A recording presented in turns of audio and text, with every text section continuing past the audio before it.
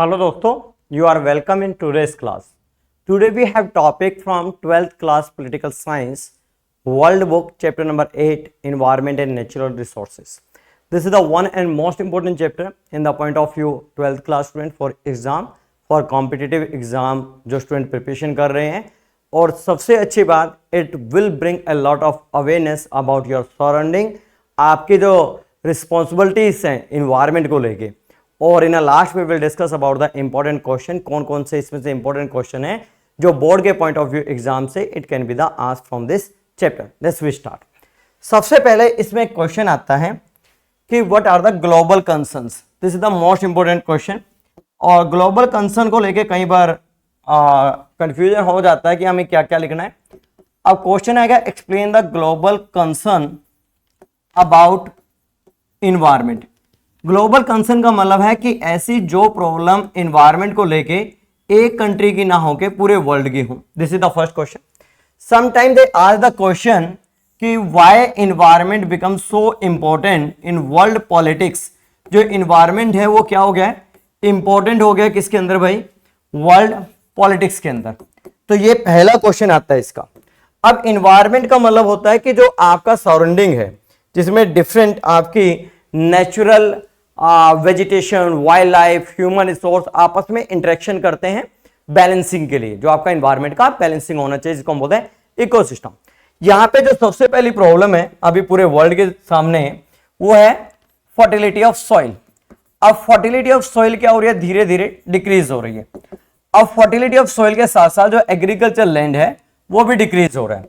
अब उसके लिए फैक्टर्स बहुत सारे रिस्पॉन्सिबल है. अब फर्टिलिटी सॉइल में सबसे पहले तो हमें देखना पड़ेगा what are the major reason for the decreasing of agriculture land. Agriculture जो आपका लैंड है वो डिक्रीज हो रहा है, उसके बहुत सारे फैक्टर है. उसमें सबसे पहला मोस्ट इंपॉर्टेंट जो फैक्टर है वो है पॉपुलेशन. जैसे ह्यूमन बीइंग की पॉपुलेशन इंक्रीज हो रही है तो एग्रीकल्चर लैंड को कन्वर्ट किया जा रहा है किसके अंदर, ह्यूमन सेटलमेंट एरिया के अंदर. यू आस्क योर ग्रैंडफादर कि यहाँ पे सारे खेत होते थे, अभी यहाँ पे क्या हो गया, बहुत सारी आपकी कॉलोनीज बन गई हैं या फिर आपके बहुत सारे अर्बन सेटलमेंट एरियाज आ गए. दूसरा कह रहा है कमर्शियल आपका एग्रीकल्चर लैंड डिक्रीज हुआ, पॉपुलेशन. दूसरा है प्रोसेस ऑफ द इंडस्ट्रियलाइजेशन. अब इंडस्ट्रियलाइजेशन से दो तरह के नुकसान है. पहला नुकसान तो क्या है कि इंडस्ट्रियलाइजेशन ने आपके एग्रीकल्चर लैंड को कवर कर लिया. सेकंड क्या है कि इससे जो पॉल्यूशन होता है वो इफेक्ट डालता है फर्टिलिटी ऑफ सॉइल पे. तीसरा बड़ा रीजन है आपके डेवलपमेंट प्रोजेक्ट्स. डेवलपमेंट के नाम पे बहुत सारे प्रोजेक्ट्स बनाए जाते हैं और ये सारे डेवलपमेंट प्रोजेक्ट्स किसको डिक्रीज कर रहे हैं, आपके एग्रीकल्चर लैंड को. जैसे आपका मीन्स ऑफ ट्रांसपोर्टेशन हो गया, आपके खेलने के लिए बहुत सारे प्लेग्राउंड हो गए, स्टेडियम हो गया. तो ये सारे कारण है. पर ये कहता है जो फर्टिलिटी ऑफ सॉइल है वो क्यों डिक्रीज हो रही है. कहता है फर्टिलिटी ऑफ सॉइल का जो डिक्रीज होने का सबसे बड़ा रीजन है वो है modern agriculture. Modern agriculture means कि जब आप एग्रीकल्चर को करने के लिए जो यूज ऑफ फर्टिलाइजर्स, और इसमें सबसे पहले था HYV seeds, fertilisers, chemical, pesticide, ये क्या करते हैं, आपकी इफेक्ट करते हैं किसके ऊपर, फर्टिलिटी ऑफ सॉइल. अभी क्या हो रहा है, डिक्रीजिंग हो रहा है एग्रीकल्चर लैंड. तो थोड़े दिनों में क्या होगा कि आपके पास सफिशिएंट फूड ही नहीं रहेगा जिससे ह्यूमन सर्वाइवल बच सके. दिस इज द फर्स्ट आपका ग्लोबल कंसर्न है. दूसरा ग्लोबल कंसर्न है वाटर स्कार्सिटी. अब वाटर स्कार्सिटी को लेके आप पढ़ोगे कि अवेलेबिलिटी ऑफ द वाटर तो बहुत ज्यादा है, रेनफॉल बहुत ज्यादा हो रहा है, बहुत सारे एरिया में फ्लड आ जाता है. ये एक टाइम में आपके पास सरप्लस वाटर है पर रेस्ट ऑफ द टाइम के अंदर क्या है, स्कार्सिटी ऑफ द वाटर है. स्कार्सिटी का मतलब होता है जब आपके पास पानी की कमी हो जाती है. अब स्कार्सिटी ऑफ द वाटर के लिए बहुत सारे फैक्टर्स रिस्पॉन्सिबल हैं. इसमें पहला आप लिखोगे लार्ज पॉपुलेशन. अभी हमारे पास जो ज्यादा प्रेशर है जो वाटर का वो अंडरग्राउंड वाटर पे है पॉपुलेशन की वजह से. दूसरा बोला है कमर्शियल एग्रीकल्चर. कमर्शियल एग्रीकल्चर के अंदर क्या होता है कि आप अंडरग्राउंड वाटर को यूज करते हो for irrigation of your field. तीसरा बड़ा इसके अंदर रीजन है आपका इंडस्ट्रियलाइजेशन. अब इंडस्ट्रियलाइजेशन की वजह से एक तो यूज ऑफ वाटर बढ़ेगा, दूसरा क्या होता है पोल्यूशन इन वाटर बढ़ता है. फोर्थ वन ये बोलता है कि आपका जो मेटेरियलिस्टिक लाइफ है, मेटेरियलिस्टिक लाइफ का मतलब है कि आपका जो जीवन जीने का तरीका है उसके वो भी एक बड़ा फैक्टर है जिसकी वजह से वाटर स्कार्सिटी दुनिया के अंदर आ रही है. जैसे कि आप घर पे RO यूज करते हो तो RO से क्या होता है, बहुत सारा वेस्टेज ऑफ वाटर हो रहा है. अब ये सेकंड प्रॉब्लम है. तीसरा प्रॉब्लम है आपका इकोसिस्टम. इकोसिस्टम का मतलब होता है कि व्हेन एवरीथिंग इन बैलेंस, जब सारी चीजें क्या हो, एनवायरनमेंट के अंदर बैलेंस हो. अगर एक भी चीज इंबैलेंस हो गई तो इससे क्या होगा, आपका एनवायरमेंट डिग्रेडेशन होगा। क्या होगा भाई, आपका एनवायरमेंट डिग्रेडेशन होगा। जैसे कि हम क्या कर रहे हैं, डिफॉरेस्टेशन कर रहे हैं। डिफॉरेस्टेशन से क्या हो रहा है, एनवायरमेंट के अंदर ग्लोबल वार्मिंग बढ़ रही है। डिफॉरेस्टेशन के अलावा हम क्या कर रहे हैं, प्रोसेस ऑफ द इंडस्ट्रियलाइजेशन, और इंडस्ट्रियलाइजेशन की वजह से आपका पोल्यूशन इन द एनवायरमेंट हो रहा है। आपकी जो वे ऑफ लिविंग है उससे भी क्या हो रहा है, आपका एनवायरमेंट डिग्रेडेशन हो रहा है, और इकोसिस्टम डिस्टर्ब होने की वजह से आपके सामने बहुत सारी नेचुरल कैलामिटीज आ रही हैं, बहुत सारी डिजीज हैं वो आ रही हैं। तो अभी लेटेस्ट कोविड-19 है, अभी बहुत सारे एरिया के अंदर फ्लड आ गया, या कुछ एरिया में ड्रॉट आ जाते हैं, तो वो इकोसिस्टम जो डिस्टर्ब होगा उसकी वजह से। इसमें आप एक फैक्ट और लिख सकते हो कि अभी क्या कह रहे हैं कि वाटर स्कार्सिटी इतना है कि 2025 तक, 2025 तक 1.2 billion people will not have the safe drinking water, और 2.6 billion people will not have water for the cleanness. कहता है कि इतना सारा वाटर स्कार्सिटी हो जाएगा जिससे आपका ह्यूमन सर्वाइवल बच ही नहीं पाएगा। तो this are the major 3 problem. जो 4th प्रॉब्लम है एनवायरमेंट को लेके, वो क्या है, 4th प्रॉब्लम है आपका ओजोन लेयर डिप्लेशन। तो यहां पे जो डिप्लेशन ऑफ ओजोन लेयर है उसकी वजह से भी क्या हो रहा है भाई, वाटर स्कार्सिटी हो रहा है, डिप्लेशन ऑफ ओजोन लेयर। अब ओजोन लेयर क्या है, ओजोन लेयर क्या है, एक लेयर है which cover the surrounding of the earth, जो अल्ट्रा वायलेट रेज है सन की उसको रोकती है, पर ये धीरे धीरे क्या हो रही है, डिप्लीट हो रही है। अब ओजोन लेयर जो डिप्लीट हो रही है उसका बड़ा कारण क्या है, वो कहता है उसका एक सिंपल सा रीजन है ग्लोबल वार्मिंग। ग्लोबल वार्मिंग का मतलब है कि जब आपके एनवायरमेंट के अंदर टेम्परेचर हाई होगा जिससे इफेक्ट पड़ता है किसके ऊपर, जो आपकी ओजोन लेयर है। अब ग्लोबल वार्मिंग के लिए रिस्पॉन्सिबल कौन सी है, ग्रीन हाउस गैसेस। अब ग्रीन हाउस गैसेस आई कहां पे, एनवायरमेंट है, हमारे जो ह्यूमन एक्टिविटीज है उसके लिए रिस्पॉन्सिबल है। अब ग्रीन हाउस गैसेस के अंदर you can write the 3 example, जैसे CFC क्लोरोफ्लोरोकार्बन हो गया, आपका CO2 कार्बन डाइऑक्साइड हो गया, एक गैस इसका नाम है मीथेन। अब ये क्या करती है, एनवायरमेंट डिग्रेडेशन करती है। इससे क्या होगा, एनवायरमेंट के अंदर जैसे ग्लोबल वार्मिंग टेम्परेचर बढ़ेगा तो टेम्परेचर बढ़ने से आपका एनवायरमेंट के अंदर क्या इफेक्ट आएगा, ओजोन लेयर का डिप्लेशन होगा। जितना ज्यादा डिप्लेशन होगा इस सबसे बड़ा थ्रेट है, थ्रेट फॉर ह्यूमन सर्वाइवल। इसलिए हमें क्या करने की जरूरत है, we need to work to control the gas emission. फिर जो लास्ट है उसमें आप लिखोगे कोस्टल पोल्यूशन। कोस्टल पोल्यूशन का मतलब है जो आपके ओशंस बॉडीज हैं, ओशन है, सी है, उनके कोस्ट पे पोल्यूशन है। अब वो कहता है किसकी वजह से पॉल्यूटेड है, ड्यू टू ह्यूमन एक्टिविटीज।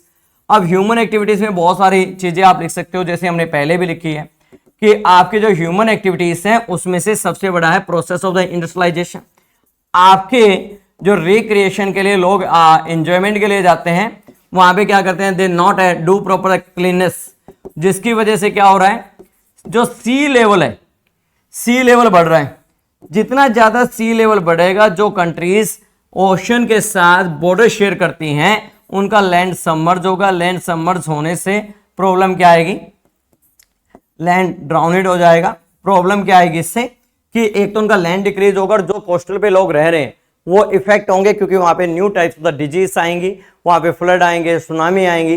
तो all are the responsible. There are the 5 major global concern in the environment, जिसके लिए पूरी दुनिया के अंदर एनवायरमेंट क्या बन चुका है, वर्ल्ड पॉलिटिक्स का पार्ट बन चुका है। अब ये भी क्वेश्चन आता है कि why we study environment and natural resources in the political science. Why, ये तो सब आपका टॉपिक इसका है, ज्योग्राफी का है। अब इसको स्टडी करने के क्या कारण है, इन्वायरमेंट एंड नेचुरल रिसोर्सेज को हम स्टडी कर रहे हैं कहां पे, पॉलिटिकल साइंस के अंदर। उसके 2 बड़े रीजन है। पहले तो आपको पता होना चाहिए पॉलिटिकल साइंस है क्या। पॉलिटिकल साइंस एक ऐसा प्रोसेस है जो प्रॉब्लम का सोल्व आउट निकालते हैं, एक process to solve the problem है। पॉलिटिकल साइंस एक प्रोसेस है जो कॉमन प्रॉब्लम को सोल्व आउट करती है। तो इन्वायरमेंट क्या है, कॉमन प्रॉब्लम है। अब इस इन्वायरमेंट को काउंटर कौन करेगा, आपके इन्वायरमेंट को प्रोटेक्ट करने की जो सबसे बड़ी रिस्पॉन्सिबिलिटी है किसकी है, गवर्नमेंट की है।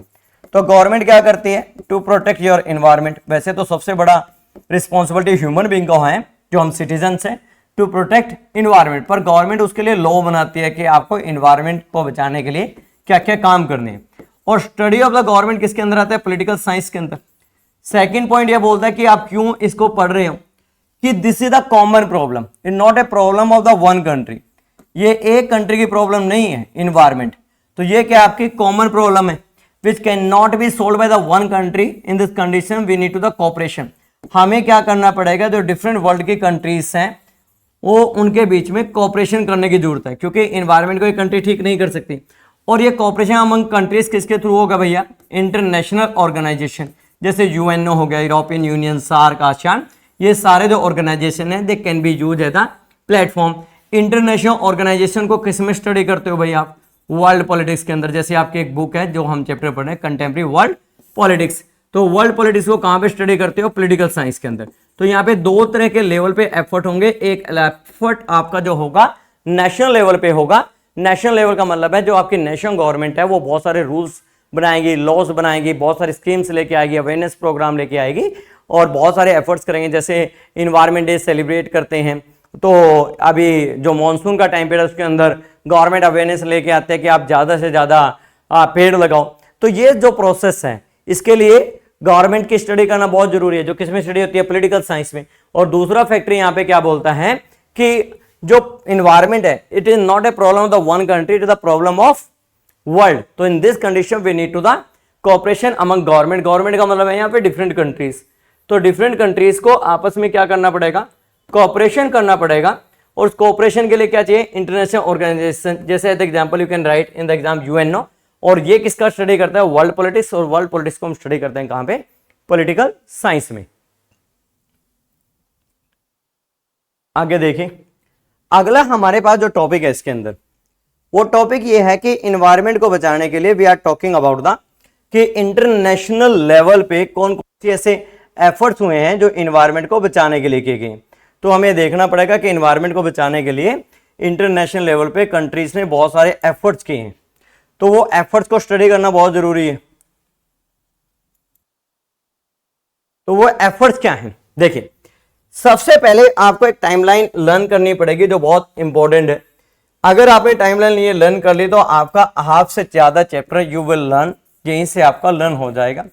तो क्या एफर्ट्स किए गए कहां पे भाई, इंटरनेशनल लेवल पे, क्योंकि environment can not be protected by one country, we need to cooperation from the other country. जैसे सपोज कीजिए हमने एनवायरमेंट को बचाने के लिए बहुत अच्छे काम किए, पर हमारे जो नेबर कंट्रीज हैं वो कोई एफर्ट नहीं कर रही है, तो उनके पॉल्यूशन जो इफेक्ट करेगा एनवायरमेंट को वो हमें भी इफेक्ट करेगा। इसलिए सबसे पहले एनवायरमेंट को बचाने के लिए एक कॉन्फ्रेंस हुई, एक तरह का न्यूज़पेपर का आर्टिकल था। आप यहां से स्टार्ट करोगे 1968, 4 ईयर प्लस करोगे 1972, फिर सीधे डायरेक्टली इसके अंदर 1987, फिर आप लिखोगे 1992, देन आपके पास फिर क्या है 1992 है। फिर एक और इंटरनेशनल कॉन्फ्रेंस हुई थी जो बहुत इंपॉर्टेंट है, जिसको यहाँ पे आपको लर्न करना पड़ेगा, 1997। इसके अलावा इंटरनेशनल लेवल पे और भी कॉन्फ्रेंस हुई है, पर एज पर द एनसीईआरटी आपको यही कॉन्फ्रेंसेस याद करनी है। सबसे पहले इसकी जो कॉन्फ्रेंस है, यहाँ पे एक ऑर्गेनाइजेशन था जिसका नाम था club of Rome. Rome is the capital of Italy.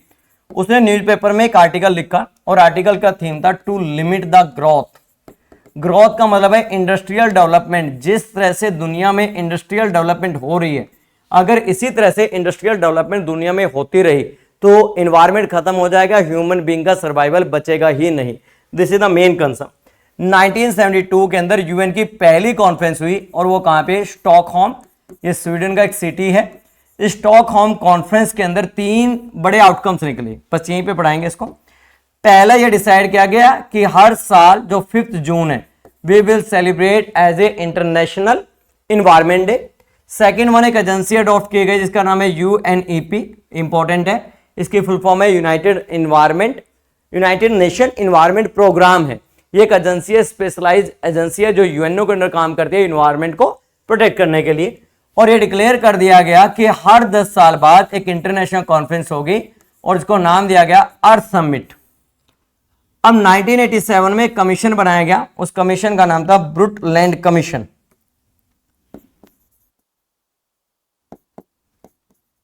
इस कमीशन ने एक कॉन्सेप्ट दिया और कॉन्सेप्ट क्या था, सस्टेनेबल डेवलपमेंट। कहता है कि दुनिया के अंदर इंडस्ट्रियल डेवलपमेंट तो करना पड़ेगा, क्योंकि बिना इंडस्ट्रियल डेवलपमेंट के ह्यूमन डेवलपमेंट नहीं होगा, बिकॉज हमें इन रिसोर्सेज को कन्वर्ट करना पड़ेगा ह्यूमन बीइंग के यूज के लिए। तो एक कॉन्सेप्ट है सस्टेनेबल डेवलपमेंट। ये क्या होता है, जिसमें इन्वायरमेंट डिग्रेडेशन ना होकर इकोनॉमिक का डेवलपमेंट होता है। रिसोर्सेज को बचाया जाता है फ्यूचर जनरेशन के लिए, पर प्रेजेंट जनरेशन के नीड्स को भी ध्यान में रखा जाता है। फिर 1992 के अंदर पहला अर्थ समिट हुआ, फर्स्ट अर्थ समिट, ये 1992 फर्स्ट अर्थ समिट जो हुआ ये कहां पे हुआ? This summit was held in the city of Brazil, Rio de Janeiro के अंदर। और इस अर्थ समिट के 3 कॉन्सेप्ट निकल के सामने आए। पहला जो कॉन्सेप्ट निकल के आया कि हमें क्या करना पड़ेगा कि एक तो एजेंडा 21 का मतलब है कि 21st सेंचुरी के अंदर वो कौन कौन से काम करने हैं जिससे हमारा एनवायरमेंट क्या उसके प्रोटेक्ट हो उसके। दूसरा कॉन्सेप्ट आया इसके अंदर सस्टेनेबल डेवलपमेंट हर एक कंट्री को अडॉप्ट करनी पड़ेगी क्योंकि ये बहुत जरूरी है। तीसरा एक कॉन्सेप्ट आया north versus south. North versus south का मतलब आगे पढ़ाएंगे होता क्या है। और एक और कॉन्सेप्ट इसके अंदर आया था CBDR, उसको भी आगे पढ़ाएंगे क्योंकि पूरा आपका एक क्वेश्चन फ्रेम आउट हो गया 6 मार्क्स का। फिर 1992 के अंदर ही एक कॉन्फ्रेंस हुई, एक एजेंसी बनाई गई जिसका नाम है UNFCCC। ये क्या है? United nation framework convention on climate change. ये 1992 में एस्टेब्लिश की गई थी, 1994 में डिक्लेयर कर दिया गया। ये भी क्या होगी? एक स्पेशलाइज्ड एजेंसी ऑफ UNO होगी जिसका काम क्या होगा? कंट्रीज के एफर्ट्स को देखना, कौन सी कंट्री कितने एफर्ट्स कर रही है एनवायरमेंट को प्रोटेक्ट करने के लिए, कंजर्व करने के लिए, वो आगे एक स्टडी करेंगे। एक कॉन्फ्रेंस हुई है जो बहुत फेमस कॉन्फ्रेंस हुई है 1997 में, एक सिटी है जापान के अंदर, क्योटो प्रोटोकॉल। ये पहली कॉन्फ्रेंस थी जिसके अंदर ये आइडेंटिफाई किया गया कि एनवायरमेंट डिग्रेडेशन हो किसकी वजह से रहा है। तो दे फाउंड कि एनवायरमेंट डिग्रेडेशन का सबसे बड़ा रिस्पॉन्सिबल है ग्रीन हाउस गैसेस, जो हमने पहले पढ़ी थी अभी इससे लास्ट स्लाइड के अंदर। ग्रीन हाउस गैसेस क्या कर रही है? Increasing the temperature in the environment. और ये हो किसकी वजह से रहा है? कहते हैं एक ही रीजन है, इंडस्ट्रियल पॉल्यूशन है। सबसे ज्यादा जो ग्रीन हाउस गैसेस रिलीज होती हैं वो किसकी वजह से? Industrial pollution. और दुनिया के अंदर इंडस्ट्रियल पॉल्यूशन सबसे ज्यादा कौन कर रही है? डेवलप कंट्रीज कर रही हैं। इसलिए सबसे ज्यादा रिस्पॉन्सिबिलिटी किसकी है एनवायरमेंट को कंजर्व करने के लिए? डेवलप कंट्रीज की। और इसने लिमिटेशन भी किसके ऊपर लगाई थी? डेवलप कंट्रीज के ऊपर। आगे अब स्टडी करेंगे कि उसके अंदर कौन कौन से प्रोविजंस रखे गए थे। तो this are the major conference. अगर आपने ये लर्न कर लिया तो इससे आपकी बात बन जाएगी, और जितना मतलब आपको टॉपिक में मेन चाहिए लिखने के लिए वो सारी जानकारी इस स्लाइड के ऊपर है। अब नेक्स्ट टॉपिक आता है हमारे पास common future, sorry global commons. Global commons होता क्या है? ग्लोबल कॉमन्स वो दुनिया के अंदर जो रिसोर्सेस हैं which are the beyond jurisdiction of any country. इसका मतलब ऐसे रिसोर्सेज जिसको कोई कंट्री कंट्रोल ना कर पाए। तो आप यहां पे लिख सकते हो the resources which are beyond out of jurisdiction. Jurisdiction का मतलब होता है area of power of country. कोई भी कंट्री रिसोर्सेज के ऊपर क्लेम ना करे तो इसको हम क्या बोलते हैं? Global commons. इसका मतलब this resources are available for all the countries. इनको कंट्रोल कौन करता है? कंट्रोल्ड बाय इंटरनेशनल ऑर्गेनाइजेशन, जिसको हम क्या बोलते हैं? यूएनओ को कंट्रोल करता है। क्वेश्चन आता है कि इसके एग्जांपल बताओ कि कौन कौन से ग्लोबल कॉमन्स है। 4 ग्लोबल कॉमन्स है मेनली, तो इसको याद रखना आपने। 2 ए से स्टार्ट होंगे, 2 ओ से स्टार्ट होंगे। पहले देखिए ए से। ए से जो स्टार्ट होता है इसका नाम है अंटार्कटिका। दूसरा है एटमॉस्फेयर, जो हमारे चारों तरफ एनवायरमेंट है उसको बोलते हैं एटमॉस्फेयर। तीसरा बोलता है ओशियन फ्लोर, जो आपके ओशियन फ्लोर है। नेक्स्ट वन ये बोलता है आउटर स्पेस। ये 4 को क्या माना गया? ग्लोबल कॉमन्स माना गया। अब ये कहता है जो ग्लोबल कॉमन्स है इनको कंजर्व करने के लिए कौन कौन से एफर्ट्स किए गए हैं? एफर्ट्स इंटरनेशनल, क्योंकि एक कंट्री तो इनको प्रोटेक्ट नहीं कर सकती, तो इसलिए कहता है कि कौन कौन से एफर्ट्स किए गए इनको बचाने के लिए। तो 3 कॉन्फ्रेंसेस आपको याद रखनी है। पहले इसके अंदर जो कॉन्फ्रेंस है उस कॉन्फ्रेंस का नाम क्या है? उस कॉन्फ्रेंस का नाम है अंटार्कटिका ट्रीटी। Antarctica treaty. ये ट्रीटी साइन हुई 1959 के अंदर।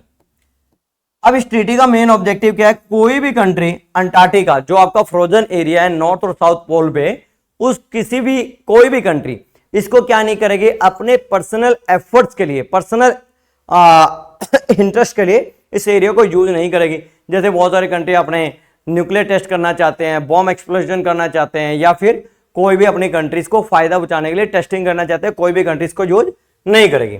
दूसरी जो ट्रीटी हुई इसका नाम है मॉन्ट्रियल, ये एक आपके शहर है कनाडा के अंदर। तो ये Montreal treaty it was sign in 1987, ये भी यही प्रोविजन रखती है। फिर एक ट्रीटी हुई जिसका नाम है अंटार्कटिका इन्वायरमेंट ट्रीटी। तो अंटार्कटिका जो इन्वायरमेंट ट्रीटी है ये साइन हुई है आपकी 1991 के अंदर। तीनों ट्रीटी का मेन ऑब्जेक्टिव है कि जो ग्लोबल कॉमन्स है उनको कैसे बचाया जाए। फिर भी कहता है कि ग्लोबल कॉमन्स क्या हो रहे हैं, डिप्लीट हो रहे हैं, तो प्रॉब्लम्स टू कंजर्व, क्यों नहीं हम इनको कंजर्व कर पा रहे हैं, क्योंकि अभी मैंने आपको बताया कि ओजोन लेयर क्या है, आउटर स्पेस में आएगा, वो आपका ग्लोबल कॉमन्स है, फिर भी वो डिप्लीट हो रहा है। तो कहता है पहला पॉइंट इसमें जो आप लिखोगे, no scientific approach. Scientific approach का मतलब क्या होता है कि जो लॉजिकली इफेक्ट काम करे, कंट्रीज इन्वायरमेंट को बचाने की बात कर रही है पर एक प्रैक्टिकल जो साइंटिफिक आइडिया उसको यूज नहीं कर रही है। जैसे कहता है कि ओजोन लेयर का डिप्लेशन 1980s और 1990s का कॉन्सेप्ट है, अभी हम 21st सेंचुरी में रह रहे हैं, अभी भी हम इसको कंजर्व नहीं कर पाए, इसका मतलब एक्चुअल एफर्ट्स हो ही नहीं रहे। तो पहला पॉइंट तो ये बोलते हैं। दूसरा कहता है कि हमारा जो वे ऑफ डेवलपमेंट है वो क्या है, इंडस्ट्रियल है। दुनिया के अंदर जो वे ऑफ डेवलपमेंट है वो क्या है, इंडस्ट्रियल है। जितना ज्यादा आप इंडस्ट्रियल डेवलपमेंट करोगे उतना ही ग्रीन हाउसेस गैसेस बढ़ेंगी, और जितने ज्यादा ग्रीन हाउसेस गैसेस बढ़ेंगे उतना ही क्या होगा, इन्वायरमेंट डिग्रेडेशन होगा। तीसरा कहता है differences between north and south, ये मैं आपको आगे कराऊंगा अभी। तो कहता है कि नॉर्थ और साउथ की जो कंट्री है, नॉर्थ मैंने होता है डेवलप कंट्रीज और साउथ का मतलब क्या होता है आपकी डेवलपिंग और अंडर डेवलप कंट्रीज। जो ये कंट्रीज हैं इनके बीच में क्लासेस हैं। नॉर्थ कहता है साउथ की वजह से इन्वायरमेंट डिग्रेडेशन हुआ है तो साउथ एफर्ट्स करे अपने लेवल पे। नॉर्थ कहता है कि भैया साउथ ने किया है, साउथ कहता है नॉर्थ ने किया, तो दोनों कंट्रीज एक दूसरे के ऊपर ब्लेम कर रही हैं और कहते हैं कि आप करो आप करो। तो ये वही कॉन्सेप्ट है, पहले आप। तो उस कंडीशन के अंदर कोई भी नहीं कर रहा है और कर रहे हैं तो इफेक्टिव नहीं है। तो ये तीन बड़े कॉज बताए गए जिसकी वजह से आपका क्या हो रहा है, इन्वायरमेंट जो ग्लोबल कॉमन्स है उनको हम प्रोटेक्ट नहीं कर पा रहे हैं। अब नेक्स्ट क्वेश्चन आता है हमारे पास, फर्स्ट अर्थ समिट। क्वेश्चन आएगा explain the outcomes of the first earth summit. तो पहली बात तो आप इसके अंदर स्टॉकहोम कॉन्फ्रेंस का रेफरेंस लिख सकते हो कि जो फर्स्ट अर्थ समिट के कॉन्सेप्ट की बात की गई थी, it was talk in the Stockholm conference. तो फर्स्ट अर्थ समिट कब हुआ, 1992 के अंदर हुआ। कहां पे हुआ, ब्राजील के एक सिटी का नाम है रियो डी जेनेरियो। बड़ी इंपॉर्टेंट और फेमस कॉन्फ्रेंस है एनवायरनमेंट को बचाने के लिए, और ये कहां पे है भाई, ब्राजील के अंदर है। आप इसका इंट्रोडक्शन लिखोगे, it was the first UN conference for the conservation of environment and natural resources on the global level. पर अगर क्वेश्चन है पहली conference of UN to protect the environment, फिर स्टॉकहोम याद रखना 1972। इसके अंदर मोर देन 100 कंट्रीज ने पार्टिसिपेट किया, मोर देन 100 कंट्रीज ने पार्टिसिपेट किया। वो कहते हैं बहुत सारे थाउजेंड्स ऑफ एनजीओ ने पार्टिसिपेट किया। एनजीओ क्या होता है, नॉन गवर्नमेंट ऑर्गेनाइजेशन। एक्चुअल यहाँ पे 170 कंट्रीज हैं। तीसरा क्या कहता है, एनजीओ का मतलब नॉन गवर्नमेंट ऑर्गेनाइजेशन जो इन्वायरमेंट को प्रोटेक्ट करने के लिए बहुत ज्यादा कंसर्न है, चिंतित रहते हैं। कहते हैं बहुत सारी जो सीओ चीफ एग्जीक्यूटिव ऑफिसर होते हैं किसके, एमएनसीज, क्योंकि सबसे बड़ा जो इन्वायरमेंट डिग्रेडेशन हो रहा है किसकी वजह से, मल्टीपल नेशनल कॉर्पोरेशन। जिन कंपनी का प्रोडक्शन एक से ज्यादा देश में है वो क्या कर रही है, इन्वायरमेंट डिग्रेडेशन कर रही है। तो एमएनसीज वाला पॉइंट आप यहाँ पे लिखोगे। तो ये पार्टिसिपेंट्स थे। अब क्वेश्चन ये आता है कि इसका कॉन्फ्रेंस का आउटकम्स क्या है। तो यहाँ पे 4 आउटकम्स आप इसमें लिख सकते हो। पहला जो आउटकम्स है वो है north versus south. North versus south वाला कॉन्सेप्ट क्या है, अभी मैंने आपको बताया कि नॉर्थ कंट्रीज कौन सी है, डेवलप कंट्रीज, साउथ कौन सी है, डेवलपिंग और अंडर डेवलप है। अभी देखते हैं क्या क्या प्रॉब्लम है इनमें। दूसरा कहता है इसके अंदर कॉन्सेप्ट को अडॉप्ट कर लिया, इसका नाम है एजेंडा 21। तीसरा इसके अंदर कॉन्सेप्ट को अडॉप्ट कर लिया सस्टेनेबल डेवलपमेंट।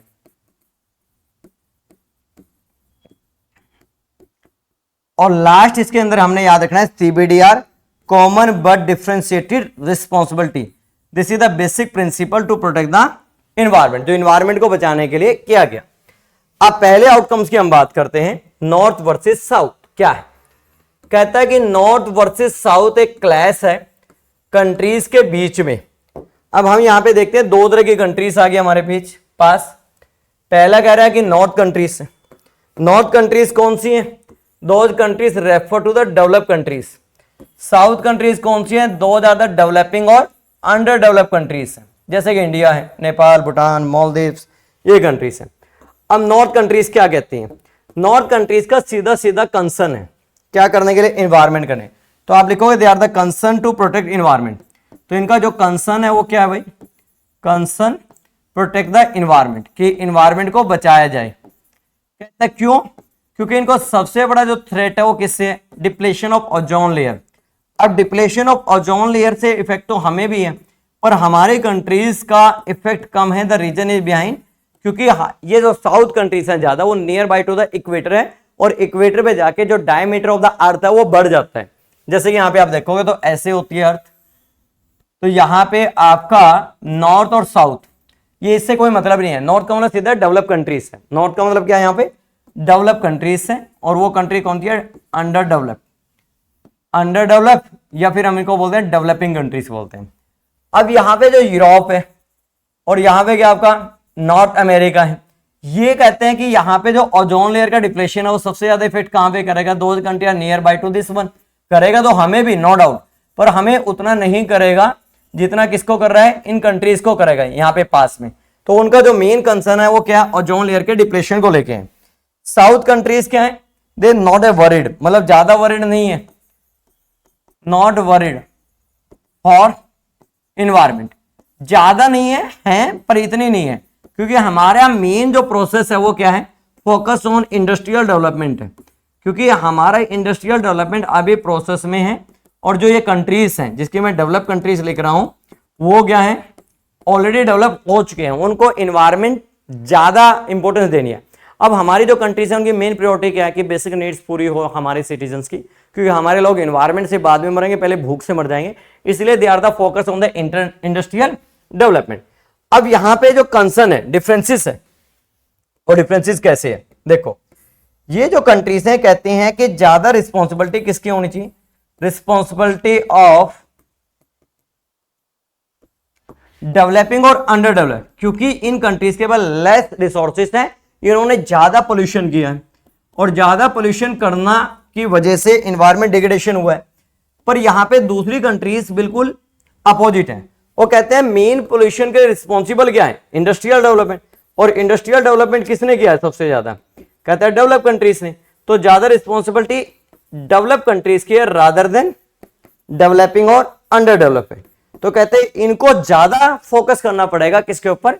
इंडस्ट्रियल डेवलपमेंट पे रादर देन आ कंट्री, क्योंकि हमारा तो रोल ही लिमिटेड है, ऐसा ही मानते हैं। पर मैं कहता हूं कि environment is the common for all the countries. अब पहला पॉइंट तो ये हो गया। सेकंड कहता है एजेंडा 21। अब एजेंडा 21 क्या है? 21 stand for the 21st century. वो कहता है कि भैया जो भी कंट्रीज हैं ग्लोबल का पार्ट है, और एनवायरमेंट क्या है? कॉमन है सभी के लिए। इसीलिए हर एक कंट्री को अपने लेवल पे they have to do work. हमें क्या करने पड़ेंगे? एफर्ट्स करने पड़ेंगे। वो कहता है कौन से एफर्ट्स करें? ऐसे एफर्ट जिससे कंजर्वेशन ऑफ एनवायरमेंट हो, कंजर्वेशन ऑफ एनवायरमेंट हो, और साथ में क्या हो? नेचुरल रिसोर्सेस हो। इन्वायरमेंट कंजर्व होगा तो नेचुरल रिसोर्सेज अपने आप में कंजर्व हो जाएंगे। फॉरेस्ट और वाइल्ड लाइफ की बात कर रहे हैं। अब ये कहता है एफर्ट्स में क्या करें? जैसे कि आप ज्यादा ज्यादा एफोरेस्टेशन करो, हर एक कंट्री अपने लेवल पे प्रयास कर रही है। आप क्या करो? आपके देश के अंदर जो पॉवर्टी है उसको काउंटर करो, क्योंकि पॉवर्टी भी इन्वायरमेंट डिग्रेडेशन करती है। तीसरा वो कहता है कि आपका जो इकोसिस्टम है वो इम्बैलेंस हो रहा है, उसको आप बैलेंसिंग कीजिए। आप ज्यादा बायोडाइवर्सिटी के ऊपर ध्यान दीजिए। बायोडाइवर्सिटी का मतलब है कि आपका फॉरेस्ट, वाइल्ड लाइफ, ये सब कुछ बैलेंस होना बहुत जरूरी है। आप ऐसे काम करो, और ज्यादा से ज्यादा ऐसे मीन्स यूज करो जिससे इन्वायरमेंट डिग्रेडेशन कम हो। जैसे as the example we can use the public transportation at the private means of transportation. We can use, हम क्या कर सकते हैं? ई व्हीकल्स यूज कर सकते हैं एनवायरमेंट को बचाने के लिए। नेक्स्ट वन इसके अंदर हमने देखा सस्टेनेबल डेवलपमेंट। अब ये टॉपिक आप कई साल से पढ़ते आ रहे हो, 5th या 6th क्लास से स्टार्ट हो जाता है कि सस्टेनेबल डेवलपमेंट है क्या। सस्टेनेबल डेवलपमेंट का जो कॉन्सेप्ट है वो ब्रुटलैंड कमीशन 1987 में दिया था। सस्टेनेबल डेवलपमेंट क्या कहते हैं? It is a process of the economic development. ये क्या है भैया? इकोनॉमिक डेवलपमेंट है। पर वो कहते हैं इकोनॉमिकल डेवलपमेंट के ऊपर 3 कंडीशन है। पहली जो कंडीशन है वो कहता है कि इकोनॉमिकल डेवलपमेंट इस तरीके से हो, not harm the environment, environment को कोई भी नुकसान ये ना पहुंचाए, नॉट हार्म द इन्वायरमेंट। दूसरा क्या कहता है, सेकंड पॉइंट के अंदर ये कह रहा है कि जो आपकी सस्टेनेबल डेवलपमेंट है वो क्या करे, satisfy needs of present generation. ऐसा नहीं है कि आप बिल्कुल भी डेवलपमेंट ना करें और जिससे आपकी प्रेजेंट जनरेशन को सफर करना पड़े, और साथ में रिसोर्सेज को सेव करें किसके लिए, फॉर फ्यूचर जनरेशन के लिए।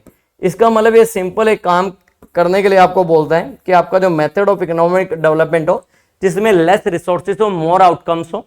सेकंड कहता है कि रिसोर्सेज का जो यूजेस कर रहे हो जिससे इन्वायरमेंट डिग्रेडेशन ना हो। This is the concept of the sustainable development. अब एक पॉइंट अब मैं बार बार लिख रहा हूं, CBDR। CBDR का मतलब है, C का मतलब कॉमन, B का मतलब बट, डिफ्रेंशिएटेड। अब डिफ्रेंशिएटेड क्या है, डिफ्रेंशिएटेड का मतलब है कि हमारे पास डिफरेंट डिफरेंट कंट्रीज हैं, हर एक कंट्री की कैपेसिटी एक जैसी नहीं है। तो कहता है कि इसके लिए क्या करें, हर एक कंट्रीज का जो एफर्ट्स लेवल है वो अलग अलग होना चाहिए। जैसे यूएसए क्या बहुत ज्यादा डेवलप कंट्री है, उसके पास ज्यादा रिसोर्सेस हैं। यूरोप की कंट्री है, आपकी England, France, Norway, Sweden, Denmark, Luxembourg, उनके पास ज्यादा रिसोर्सेस हैं, तो they can use this resources for the conservation of environment. जैसे दूसरी कंट्रीज है, इंडिया है, नेपाल है, भूटान है, मालदीव्स है, ये वो कंट्रीज हैं जो डेवलपिंग और अंडर डेवलप है, तो अपने लेवल पे एफर्ट जरूर करें। इसलिए कहता है कि इन्वायरमेंट, कॉमन का मतलब यहाँ पे क्या है, इन्वायरमेंट है। कॉमन का मतलब क्या है यहाँ पे, इन्वायरमेंट है। तो आप ये पॉइंट लिख दो, कॉमन का मतलब इन्वायरमेंट। डिफरेंशिएटेड रिस्पॉन्सिबिलिटी का मतलब है कि countries do efforts according to their capacity, जैसी भी उनकी कैपेसिटी है अपने लेवल पे वो बेस्ट करें इन्वायरमेंट को बचाने के लिए। अब हमारे पास एक टॉपिक आता है जिसको बोलते हैं common but differentiated responsibility. Common but differentiated responsibility वाला जो टॉपिक है आपका, ये बहुत इंपॉर्टेंट है। इंपॉर्टेंट इसलिए है क्योंकि इससे क्वेश्चन आता ही आता है। अभी मैंने आपको इसका मतलब समझाया कि कॉमन बट डिफरेंशिएटेड का रिस्पॉन्सिबिलिटी में क्या लिखोगे, common refer to the environment, all the country do efforts to protect the environment at their level. Develop countries के पास कैपेसिटी ज्यादा है तो वो ज्यादा करें, और उनके पास कम है तो वो कम करें। इसके अंदर जब आप पहला पॉइंट लिखोगे फर्स्ट वन, तो you have to write the north versus south, same जो मैंने वहां पे आपको लिखवाया है कि नॉर्थ कंट्रीज का मतलब क्या है, साउथ का मतलब क्या है, नॉर्थ वर्सेस साउथ है, तो आप ये लिख दोगे। दूसरा सेम वहीं से उठा के आप लिख दोगे। सेकेंड वन लिखोगे इसके अंदर बेटे अर्थ समिट। अर्थ समिट में आपने जो कॉन्फ्रेंसेस है 3 पॉइंट्स पे फोकस किया है, क्या लिख सकते हो, तीसरा तो यहीं पे आ ही गया। तो इसके अंदर आप एजेंडा 21, हर एक कंट्री से अपने लेवल पे एफर्ट्स करें। दूसरा करता है कि हर एक country try to do development through sustainable development, इसके थ्रू करें। थर्ड वन ये कह रहा है कि आपका जो मेन प्रिंसिपल है वो क्या है, CBDR है, कि कंट्रीज अपनी कैपेसिटी के अनुसार करें। इसी को लेके फिर एक ऑर्गेनाइजेशन बनाया गया, उस ऑर्गेनाइजेशन का नाम था UNFCCC, United nation framework convention on climate change. It was establish in 1992। 1994 के अंदर इसको अनाउंस कर दिया गया, this is the agency of UNO है। इसका सिंपल कंसर्न क्या है, इसका कंसर्न है कि जिसने ज्यादा एनवायरमेंट डिग्रेडेशन किया है वो ज्यादा रिस्पॉन्सिबिलिटी प्ले करे। जैसे वो ब्लेम करता है किसको, डेवलप कंट्रीज को। वो कहता है कि डेवलप कंट्रीज ने क्या किया है, मोर एनवायरमेंट डिग्रेडेशन, तो इनका जो एनवायरमेंट डिग्रेडेशन है वो क्या है भैया, कम है, सॉरी ज्यादा है। तो इसीलिए कहता है कि इनकी रिस्पॉन्सिबिलिटी भी क्या होनी चाहिए, ज्यादा होनी चाहिए।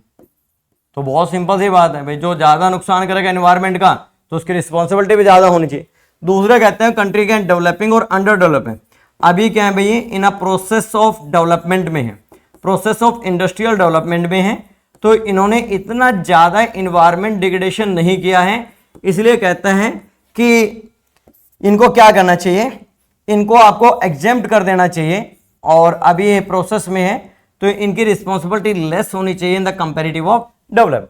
और ये बहुत अच्छी बात है, द रीजन इज बिहाइंड, क्योंकि डेवलप के पास रिसोर्सेज ज्यादा हैं, टेक्नोलॉजी ज्यादा है, पॉपुलेशन कम है, रिसोर्सेज उनके पास बहुत है, तो वो एफर्ट्स हमारे कंपेयर में बहुत ज्यादा कर सकते हैं। एक और कॉन्फ्रेंस इसमें लिखनी पड़ेगी, और ये 4 नंबर में अलग से क्वेश्चन भी आ जाता है, तो आप इसमें भी लिख सकते हो और उसमें भी लिख सकते हो। तो इसमें कॉन्फ्रेंस हुई, इसका नाम है क्योटो प्रोटोकॉल।